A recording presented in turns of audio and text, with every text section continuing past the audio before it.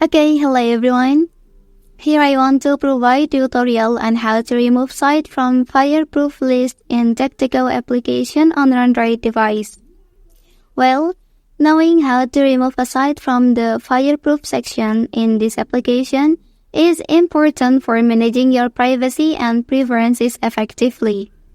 If you have previously blocked a site but later decide you want to allow it to track your activity, being able to remove it from the Fireproof list gives you control over your browsing experience.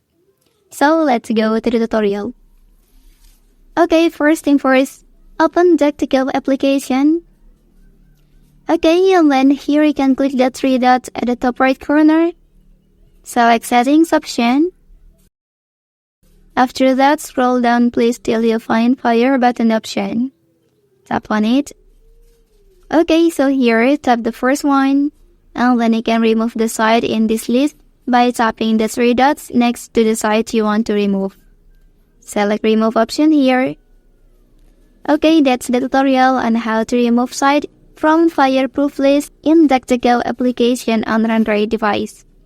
If you are helped by this video, don't forget to like and subscribe to get other information from this channel. Thank you.